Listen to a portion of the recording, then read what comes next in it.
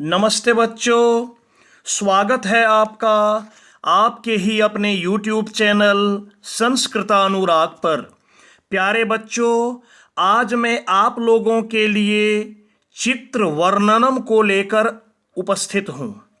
यह चित्र वर्णनम गुरुकुल अथवा आश्रम पर आधारित है। साथ ही यह अधिकतम अंकों वाला प्रश्न है, क्योंकि आपकी परीक्षाओं में यह प्रश्न 10 अंकों के लिए पूछा जाता है। साथ ही कक्षा 8 से लेकर कक्षा 12 तक के बच्चों के लिए यह अत्यंत उपयोगी प्रश्न है, क्योंकि यह प्रश्न आपकी परीक्षाओं में अनिवार्य रूप से पूछे जाते हैं। और आज मैं आपको सरल तरीके से चित्र वर्णनम को करने कि कैसे आप चित्र वर्णन करें, यह मैं सिखाने का प्रयत्न करूंगा, ताकि कमज़ोर बच्चे भी इससे लाभान्वित हो सकें और परीक्षा में अच्छे अंक प्राप्त कर सकें। तो लीजिए, प्रस्तुत है आज का यह चित्र वर्णन। अधोदत्तं चित्रं दृष्ट्वा मंजूषायां प्रदत्त शब्दानां सहायतया पंच संस्कृत वाक्यानि लिखत। नीचे दिए गए चित्र को देखकर मंजूषा में दिए गए शब्दों की सहायता से 5 संस्कृत वाक्य लिखें।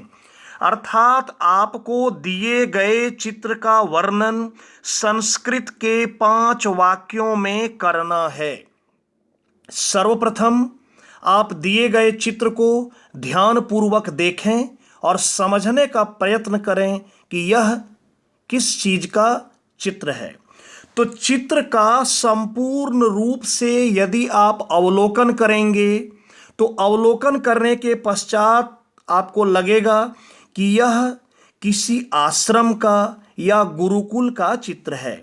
क्योंकि देखिए, आप यहाँ एक वृक्ष है, पेड़ के नीचे गुरु बैठे हुए हैं, उनके नज़दीक नीचे में कुछ विद्यार्थी बैठे हुए हैं जो विद्या अध्ययन करने के लिए आए हैं। समीप में कुटिया है, पेड़ पौधे कुछ हैं, फूल खिले हुए हैं, पक्षी उड़ रहे हैं और कुछ लोग फूलों या पत्तियों को तोड़ने का प्रयत्न कर रहे हैं। तो यह है आज का चित्र। अब आपको मंजूषा में दिए गए शब्दों को अच्छी तरह से देखना है। पहला शब्द है गुरुकुलम, तो स्पष्ट हो गया कि यह गुरुकुल का ही चित्र है। देखिए, पहला ही शब्द है गुरुकुलम। उसके बाद है शिष्याः। शिष्याः मतलब शिष्य या छात्र या विद्यार्थी। उसके बाद है कुटीरम। कुटीरम कहते हैं कुटिया को, झोपड़ी को। फिर है वृक्षः। वृक्षः मतलब वृक्ष, पेड़। उसके बाद है पर्वतः, पहाड़। पाठयति मतलब पढ़ाते हैं। पठन्ति मतलब पढ़ते हैं, बहुवचन में प्रयोग होता है पठन्ति। पठति, पठतः, पठन्ति। उसके बाद है खगाः मतलब बहुत सारे पक्षीगण। पुष्पाणि फूल, कई सारे फूल। फलानी बहुत सारे फल। अब आपको चित्र का वर्णन करना है। तो सबसे पहला लाइन, इदं गुरुकुलस्य चित्रम अस्ति। यह गुरुकुल का चित्र है। या आप ये भी लिख सकते हैं, इदं आश्रमस्य चित्रम अस्ति। यह आश्रम का चित्र है। इसे आप चाहें तो दूसरे भी ढंग से लिख सकते हैं, शब्दों को आगे पीछे भी करके लिख सकते हैं, क्योंकि संस्कृत में शब्दों को इधर उधर करने से अर्थ में कोई परिवर्तन नहीं होता है। जैसे इदं चित्रम आश्रमस्य अस्ति, या इदं चित्रम गुरुकुलस्य अस्ति। या फिर आप लिख सकते हैं, अस्मिन् चित्रे गुरुकुलस्य वर्णनम अस्ति, या अस्मिन् चित्रे आश्रमस्य वर्णनम अस्ति।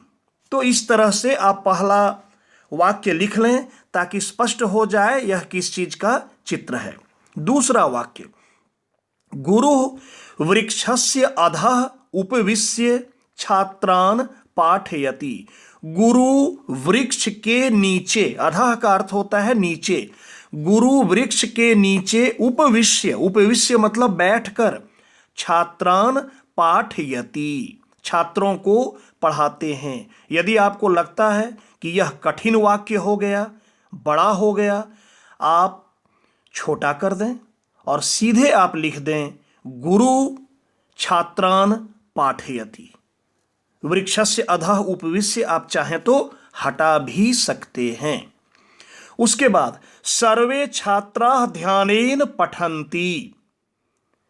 सर्वे छात्राः ध्यानेन पठन्ति, सभी छात्र ध्यान पूर्वक पढ़ते हैं। या सर्वे छात्राः ध्यानेन शृण्वन्ति, सभी छात्र ध्यान पूर्वक सुनते हैं, ये भी लिख सकते हैं। उसके बाद अत्र द्वौ कुटीरौ स्तः, यहां दो कुटिया है। एक बार आप चित्र को देख लें। देखिए चित्र में दो कुटिया दिखाया गया है, तो वही मैं बोला अत्र द्वौ कुटीरौ स्तः, यहां दो कुटिया है। अस्ति होता है एक वचन में और स्तः होता है द्विवचन में, तो द्वौ कुटीरौ किए इसलिए किए स्तः।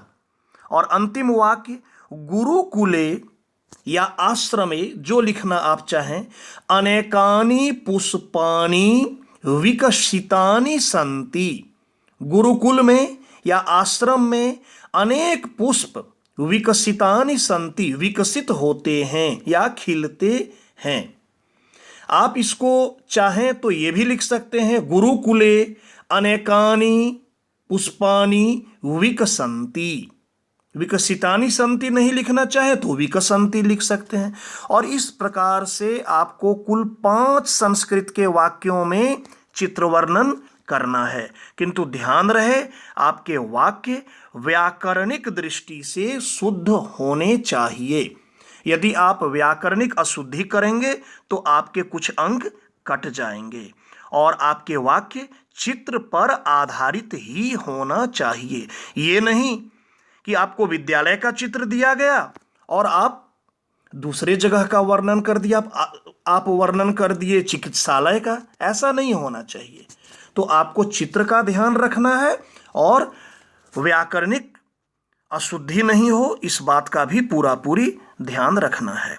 तो प्यारे छात्रों, अगर आपको मेरा यह वीडियो पसंद आया हो तो कृपया इसे आप लाइक, कमेंट एवं शेयर करके मुझे प्रोत्साहित करने का कार्य करें, ताकि आगे आपके लिए मैं और भी बेहतर एवं उपयोगी वीडियो बनाने का कार्य करता रहूं।